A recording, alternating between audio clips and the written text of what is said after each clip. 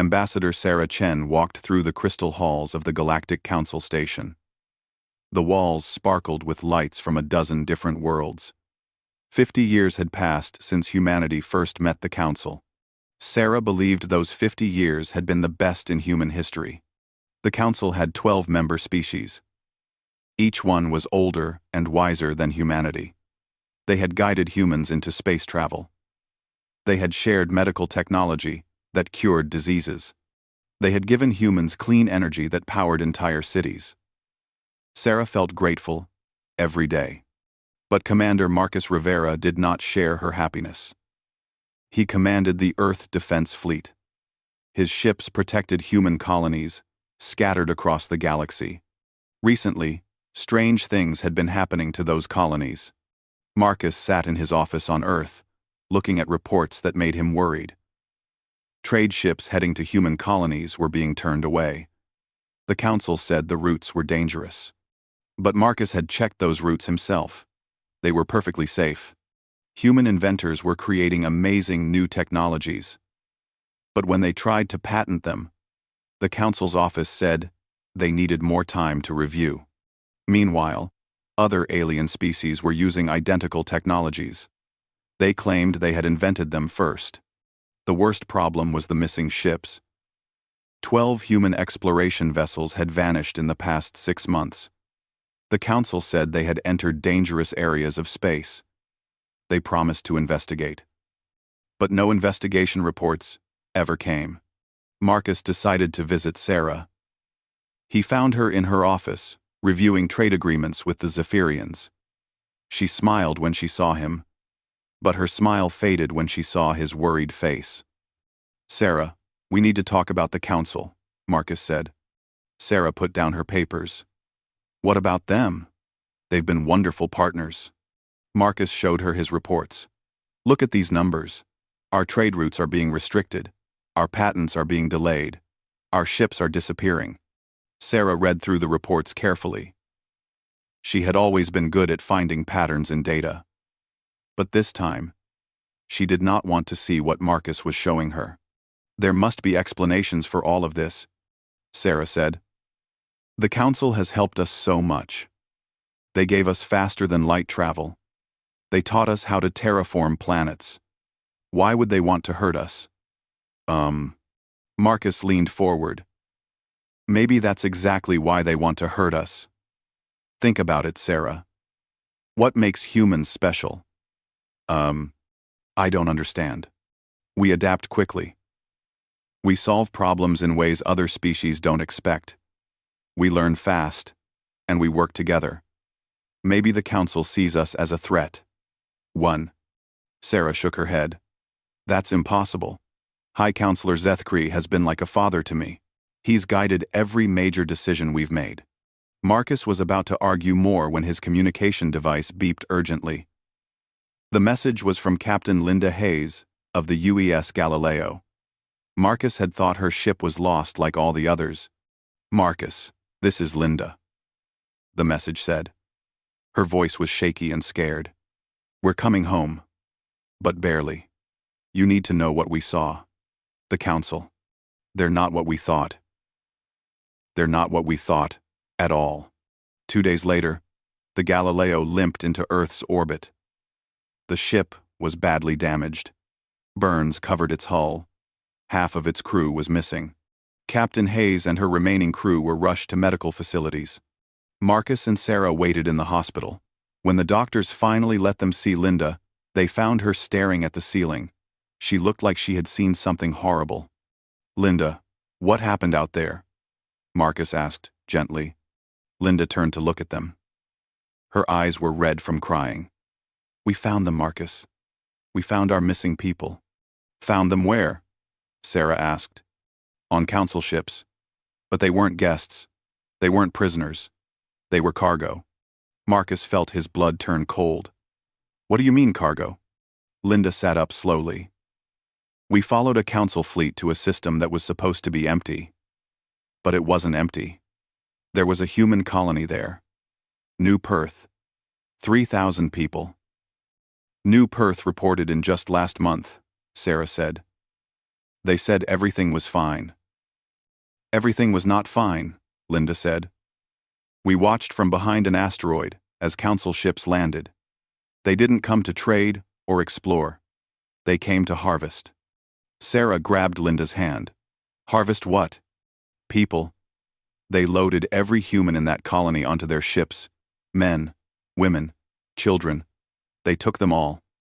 And Sarah, they've done this before.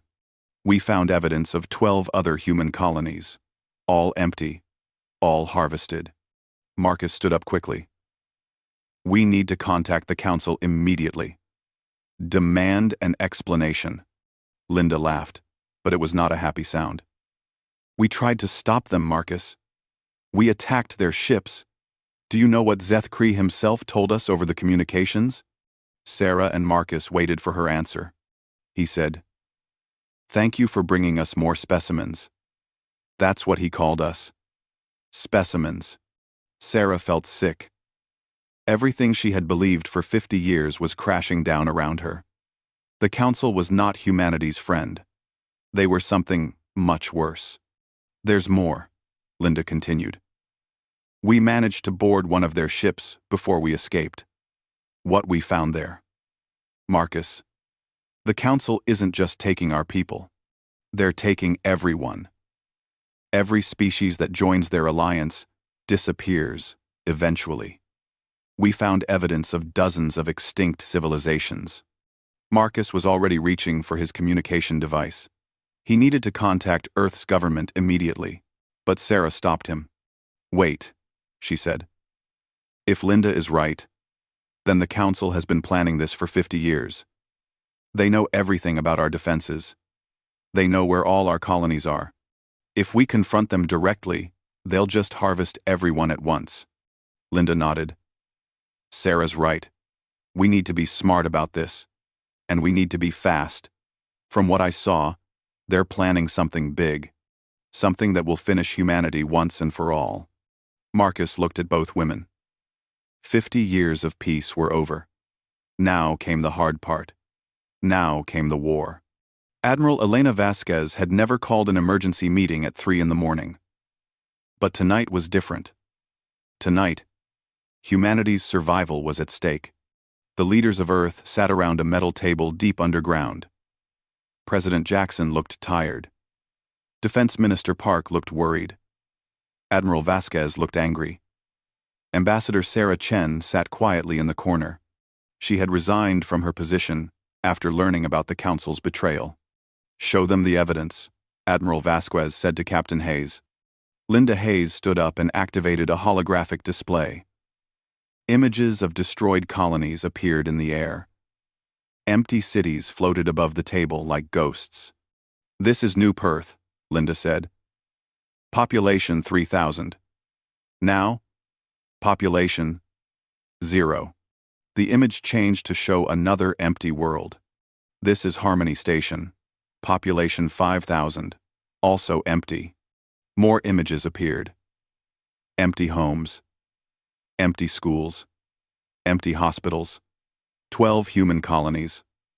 All harvested by the Council. How did we miss this?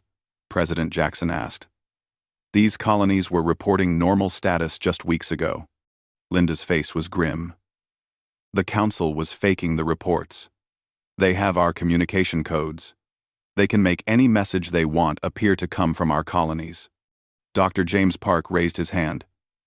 He was Earth's best expert on alien biology. I've been studying the data from Linda's ship. What I found is much worse than we thought. Quote, the holographic display changed again. This time, it showed alien anatomy scans. The Council members are not what they appear to be. Dr. Park said, look at these brain scans. Do you see this dark area here? That's not natural brain tissue. Admiral Vasquez leaned forward. What are you saying? I'm saying the Council members are not the original inhabitants of their worlds. They are parasites. They take over other species and wear their bodies like clothes. The room went silent. Everyone stared at the brain scans, floating above the table. Dr. Park continued. I compared these scans with archaeological data from abandoned worlds. The pattern is always the same. A species joins the council. They prosper for a few decades. Then they vanish. But the council members, claiming to be from their world, continue to exist. Sarah Chen finally spoke. How long has this been going on? Based on the archaeological evidence? At least 10,000 years. Maybe longer. President Jackson rubbed his forehead. So, the council has been eating civilizations for 10,000 years? Not eating, Dr. Park corrected. Using. Each species brings something valuable. The Zephyrians brought engineering knowledge. The Alterians brought agricultural techniques. The Centaurans brought military tactics. The parasites absorb all of that knowledge when they take over. What do they want from us? Defense Minister Park asked. Doctor. Park looked at his notes. Based on their behavior toward us, I believe they want our adaptability. Humans are uniquely good at solving unexpected problems. We think differently than other species. Admiral Vasquez stood up. Well, they're about to learn just how differently we think. She activated her own display. This one showed star maps, with red markers scattered across the galaxy. While the Council was playing their long game, we were playing our own. General Blake, please explain Project Fortress. A man in a military uniform stood up. He had scars on his face from old battles. General Harrison Blake had been preparing for war since the day humans first met aliens. Project Fortress began 51 years ago, Blake said. 1 year before first contact with the Council. Everyone looked surprised. We detected their ships approaching Earth before they made contact. Blake's display showed hidden bases throughout the solar system. We built shipyards disguised as mining operations. We created weapons labs disguised as research stations. For 50 years, we've been preparing for the possibility that our new alien friends might not be friendly. Sarah Chen looked amazed. You've been building warships in secret for 50 years? Not just warships, a completely new type of warship. The Council's ships are big and slow. They're designed to intimidate weaker species. Our ships are designed to hunt. The display showed sleek human vessels. They looked nothing like the massive Council dreadnoughts. Admiral Vasquez smiled for the first time that night. The Council thinks we're a weak species that got lucky with some good technology. They have no idea what we've really been building. Dr. Park raised his hand again. There's something else. I've been developing a weapon specifically designed to target the parasites. It's a virus that disrupts their neural control over host bodies. A biological weapon? President Jackson asked. More like a liberation tool. It will free any enslaved populations while eliminating the parasites. We can save the host species. General Blake nodded. We've been preparing for this war for 50 years. The Council has been preparing for this harvest for 50 years. The difference is, they think they've already won. Admiral Vasquez looked around the table. The question now is simple. Do we fight? Or do we submit to harvesting like every other species before us? President Jackson stood up. Admiral, you have authorization to begin military operations. Save our people. Save our species. Sarah Chen also stood. Admiral, I want to volunteer for the military effort. I know their language, their customs, their weaknesses. Use my knowledge. Admiral Vasquez nodded. Welcome to the war, Ambassador. Or should I say, former Ambassador. General Blake activated one more display. This one showed the location of the Council's home world. Nexus Prime, he said. The heart of their empire. Heavily defended. Never been attacked in its entire history. Admiral Vasquez studied the display. Then it's time for a first. Dr. Park gathered his biological weapon data. How long do we have before the Council realizes we know the truth? Linda Hayes answered. Not long. They expected my ship to be destroyed. When they realize we escaped with evidence, they'll move quickly. Admiral Vasquez was already heading for the door. Then we move faster. General Blake, how quickly can we mobilize the fleet? The first strike force can be ready in 72 hours. Make it 48. The Council has had 50 years to prepare for their harvest. Now it's time to show them what humanity has been preparing for. As the leaders left the underground meeting room, Sarah Chen looked back at the holographic displays. Images of empty colonies still floated in the air.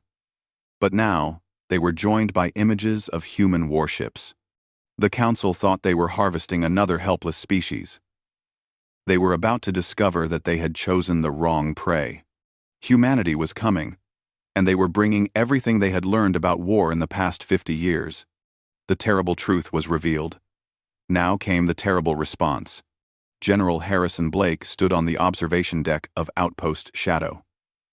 The hidden military base floated in the asteroid belt, disguised as a simple mining station.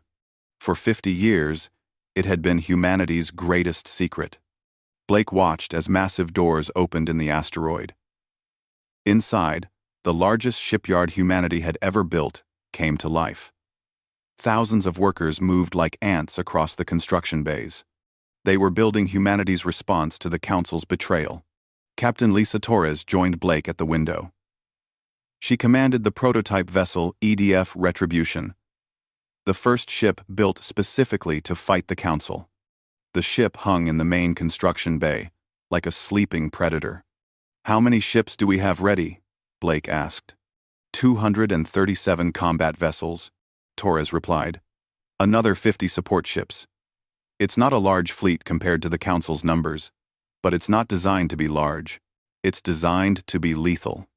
Blake nodded. The human fleet looked nothing like traditional space warships. Council ships were massive dreadnoughts, designed to intimidate and overwhelm. Human ships were sleek hunters, designed to strike fast and disappear. Dr. Maria Santos approached them carrying a metal case. Inside the case was humanity's secret weapon against the parasites. She had spent 10 years developing the biological virus that could free enslaved populations. "The weapon is ready for deployment, Doctor," Santos said. "Each ship carries enough viral canisters to liberate an entire world. The parasites won't know what hit them until it's too late." Blake smiled grimly. "Show me how it works." Dr. Santos activated a portable display. It showed the virus attacking parasite neural pathways. The virus targets the specific neural frequencies the parasites use to control their hosts. When it takes effect, the parasite loses control completely. The host species regains their original consciousness. "How fast does it work?" Torres asked. "Complete neural disruption occurs within minutes. The parasites die, but the host species survives, with all their memories intact." Blake was impressed. "So we can save the species the Council has enslaved?" "All of them. The Altarians, the Zephyrians, the Centaurans. Every species that has been harvested can be freed." Torres checked her communication device. "Admiral Vasquez is requesting an update on fleet readiness." Blake activated the base's communication system. Admiral Vasquez appeared on the main screen from her flagship, the EDF Vengeance. "Admiral, our ships are ready for deployment," Blake reported. "What about our intelligence-gathering operation?" Vasquez asked. Blake smiled. This was his favorite part of the plan. "Tell her." "Captain Torres." Torres stepped forward. "Admiral, every human exploration ship that the Council thinks they destroyed actually escaped. We've been gathering intelligence on Council positions for the past 2 years." Vasquez looked surprised. "The missing ships weren't really missing?" "Correct. We staged their disappearances. The crews have been mapping every Council military installation, every supply depot, every communication relay. We know exactly where their defenses are weakest." Blake added, "We also know something the Council doesn't expect. The enslaved species are ready to rebel. They've been waiting for someone to free them." Dr. Santos pulled up another display. I've been in secret communication with resistance groups on 12 different worlds. The moment our virus frees them, they'll turn against the Council. Admiral Vasquez nodded approvingly. So, we're not just launching an attack. We're starting a galaxy-wide revolution. Exactly, Blake confirmed. The Council has spent 10,000 years making enemies. We're about to introduce them to every enemy they've ever made. Torres walked over to her ship's control panel. Admiral, the Retribution is ready for the first strike mission. We can reach Nexus Prime in 18 hours using our new stealth drives. Stealth drives? Vasquez asked. Blake explained. We reverse-engineered Council sensor technology and found its blind spots. Our ships can move through space completely undetected. The Council's own technology is their weakness. Dr. Santos added, We've also developed quantum communication networks. Our ships can coordinate instantly across any distance. The Council's forces will be fighting a single, unified enemy, not individual ships. Admiral Vasquez studied the tactical displays. How confident are you in our chances? Blake had been waiting 50 years to answer this question. Admiral, the Council is fighting the same way they've fought for 10,000 years. They're prepared for species that follow predictable patterns. They're not prepared for humans. What makes us different? Vasquez asked. Torres answered, We don't follow their rules. Council ships fight in formation. We fight as a swarm. They rely on massive firepower. We rely on speed and precision. They expect their enemies to surrender when faced with superior numbers. We fight harder when the odds are against us. Dr. Santos pulled up data about human psychology. There's something else. The Council has never faced a species that fights for more than just survival. We're fighting for justice. We're fighting to free every enslaved species in the galaxy. Blake looked out at the fleet again. Each ship represented decades of secret preparation. Each crew had trained for this moment their entire lives. The Council made one critical mistake, Blake said. They gave us 50 years to study them. They think they were teaching us to be good galactic citizens. Really, they were teaching us how to destroy them. Admiral Vasquez smiled on the screen.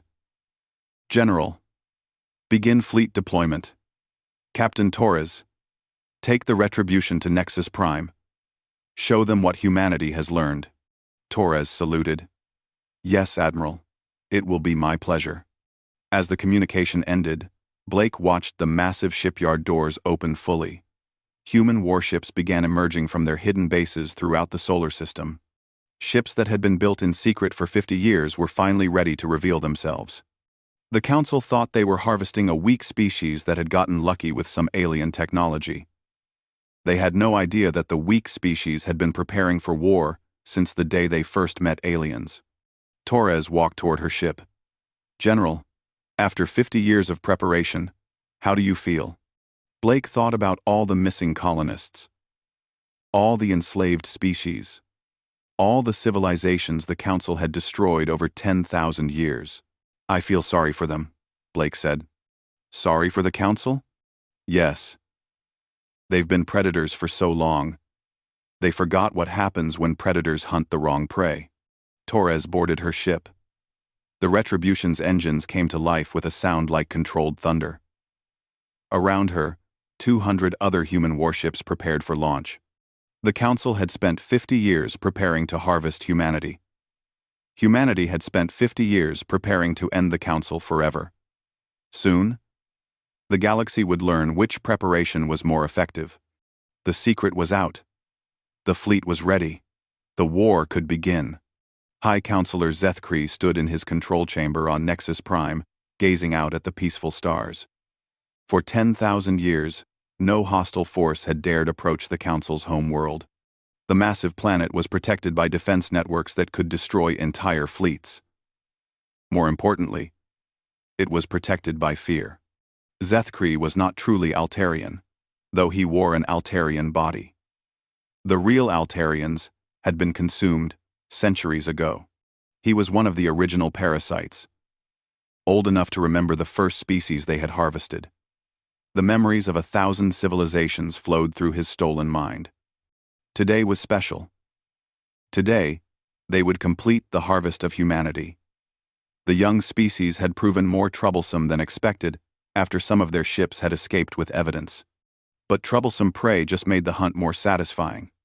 His assistant, wearing the body of a Centauran, approached with a communication device. "Hi, Counselor. We're receiving a transmission from the edge of the system." Zethkri turned. "From our harvest fleet?" "No, sir. From an unknown source." Zethkri activated the main display. The image that appeared made him pause. A human female in a military uniform was speaking directly to him. "This is Admiral Elena Vasquez of the Earth Defense Fleet," the woman said. Her voice was calm, but filled with dangerous purpose. "You have 48 hours to release all human prisoners and cease hostile operations against humanity. Comply, or face the consequences." Zethkri laughed. It was not a pleasant sound. A single human ship thinks it can threaten us? His assistant checked the sensors. "Sir, it's not a single ship. We're detecting multiple contacts at the edge of the system." "How many contacts?" The assistant's face went pale. 237 vessels, sir. They appeared from nowhere." Zethkri stopped laughing. "Impossible! Human ships cannot mask their signatures from our sensors. They're broadcasting on all frequencies now, sir." Admiral Vasquez's voice filled the control chamber. "Hi, Counselor Zethkri. We know what you are. We know what you've done to our species and dozens of others. This ends today." Zethkri activated his response transmitter. "Little humans, you forget your place. Return to your world and perhaps we will allow you to retain some autonomy in your servitude." The response came not in words, but in fire. Captain Lisa Torres had been waiting in stealth mode directly above Nexus Prime's primary defense grid. The moment Admiral Vasquez gave the signal, the EDF retribution materialized from nowhere and opened fire. The ship's kinetic bombardment system launched tungsten rods at incredible velocity. Each rod carried the force of a nuclear weapon without the radiation. Nexus Prime's shield generators, which had protected the world for millennia, became molten slag in seconds. "All ships, execute attack pattern Alpha," Admiral Vasquez commanded from her flagship. The human fleet moved like nothing the Council had ever encountered. Instead of approaching in formation like civilized species, they swarmed from multiple directions simultaneously. Their ships were smaller and faster than Council vessels, but they moved with perfect coordination. Zethkri watched in horror as his orbital defense platforms exploded one by one. "Launch all fighters! Deploy the battle fleet!" The Council's massive dreadnoughts began moving to intercept the human swarm. Each dreadnought was 10 times the size of a human ship and carried enough firepower to destroy a city. But size meant nothing if you could not hit your target. Commander David Kim led a squadron of human fighters through the Council's defensive formation. The fighters moved like dancers, weaving between the massive alien ships while striking at critical systems. "This is Raven Squadron," Kim reported. "Council ships are too slow to track us. Beginning surgical strikes on their command centers." The Council's tactics were based on 10,000 years of fighting other Council-influenced species. All of those species fought in predictable patterns because the Council had taught them those patterns. Humanity threw out every rule the Council had ever known. Captain Torres brought the retribution alongside a Council dreadnought. Instead of engaging in a long-range artillery duel, she ordered her Marines to board the enemy vessel. Colonel Sarah Martinez led the boarding party through the alien ship's corridors. They carried Dr. Santos's biological weapon in portable dispensers. Every breath the Marines took spread the virus through the ship's atmosphere. Within minutes, something incredible happened. The enslaved crew members began remembering who they really were. Altarians who had been controlled for centuries suddenly regained their consciousness. They immediately turned on their parasite masters. "This is Colonel Martinez," she reported over the communication network.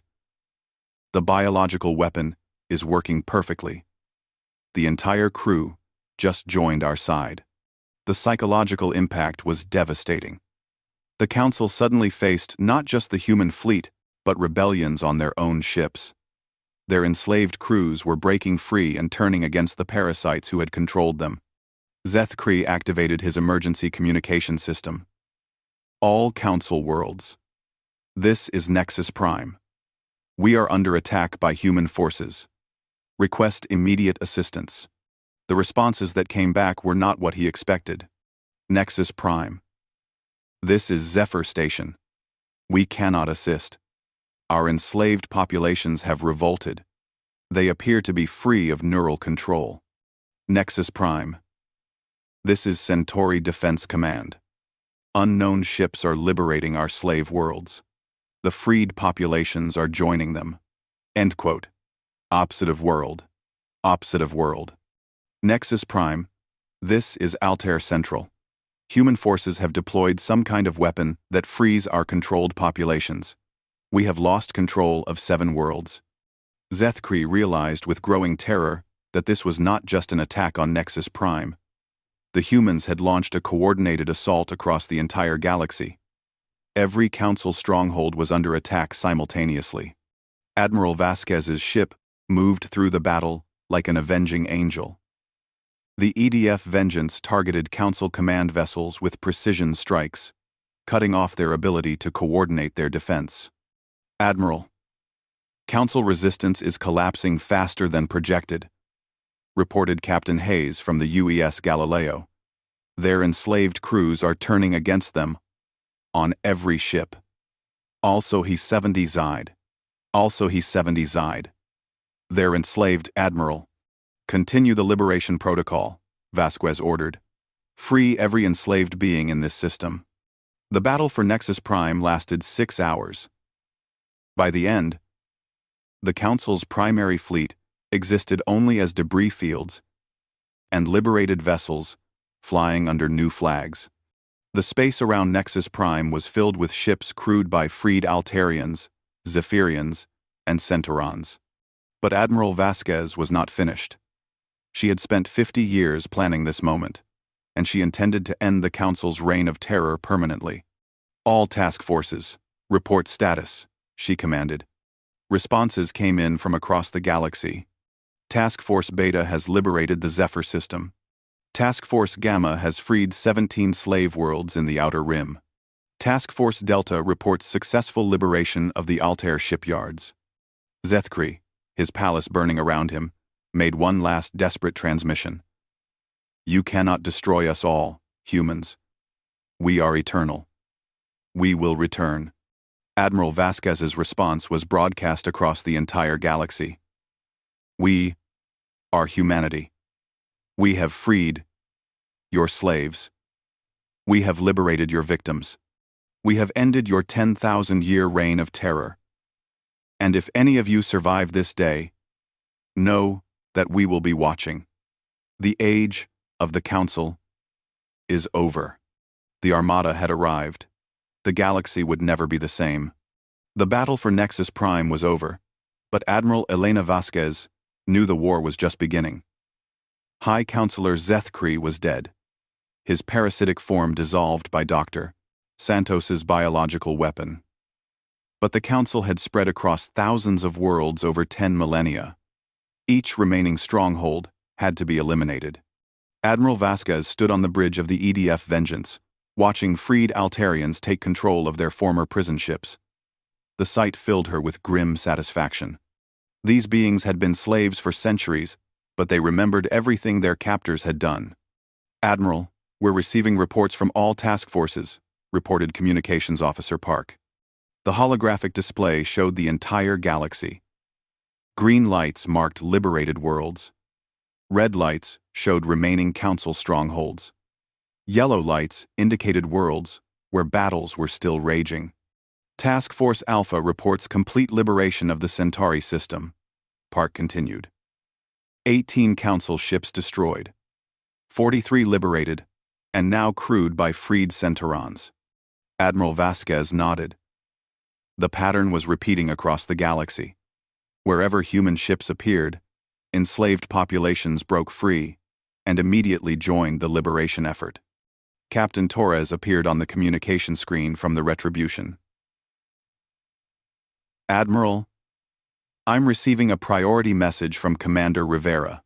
He's requesting permission to begin rescue operations on the slave worlds.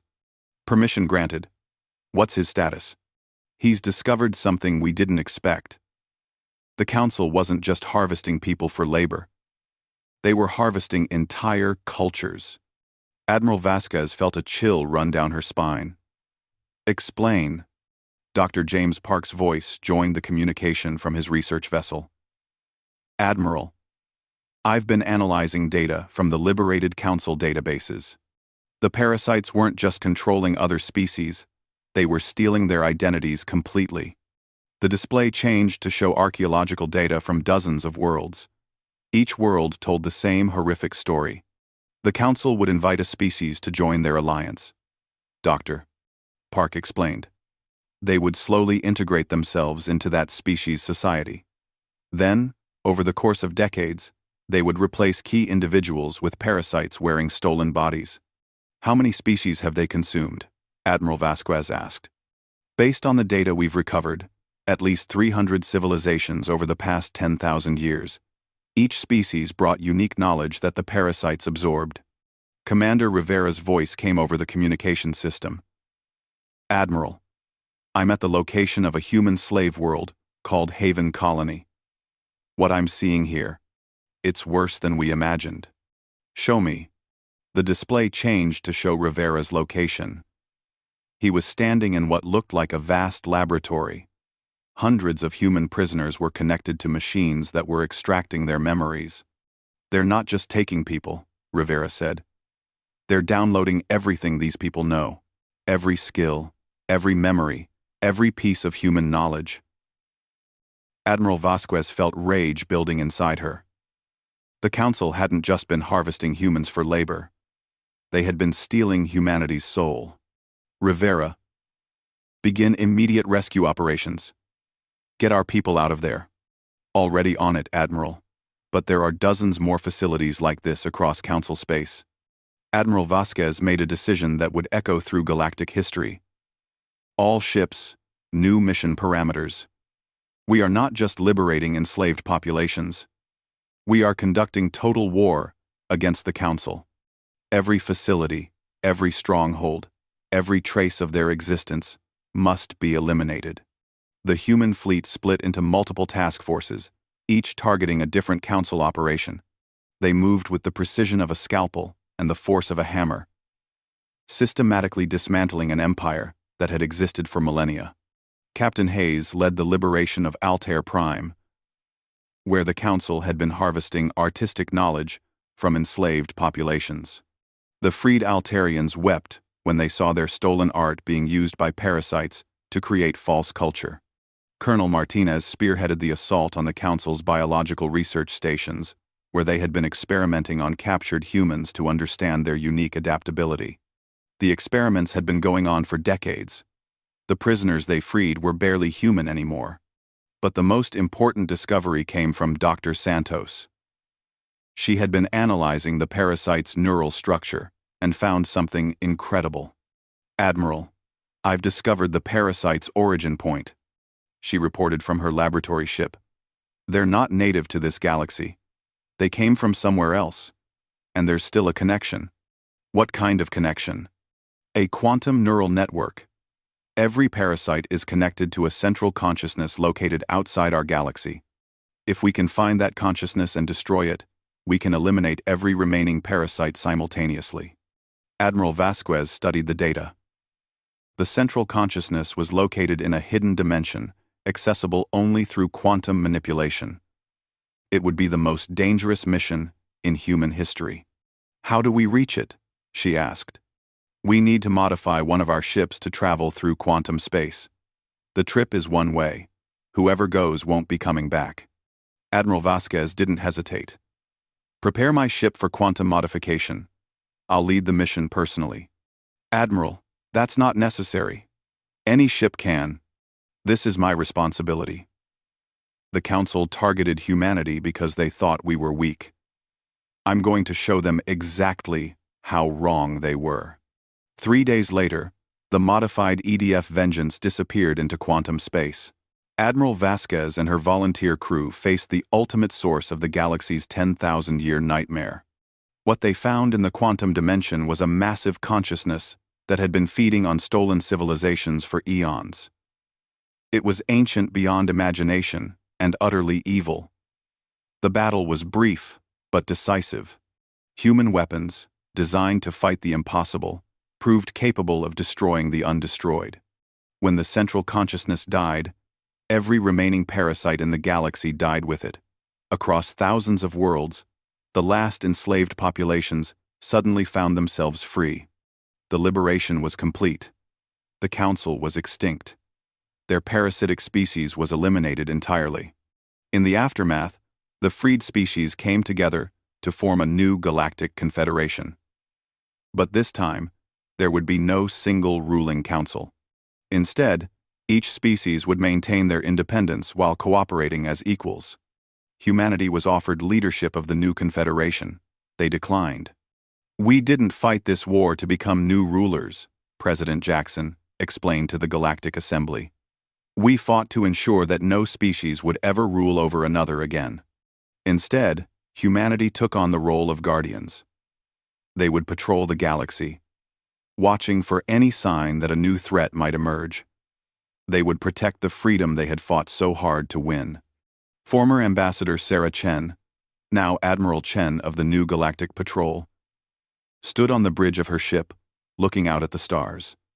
The galaxy was finally at peace. Real peace. Not the false peace of slavery. Admiral Chen, her communication officer, reported, "We're receiving a message from a newly discovered species in the Outer Rim. They're asking to join the galactic community."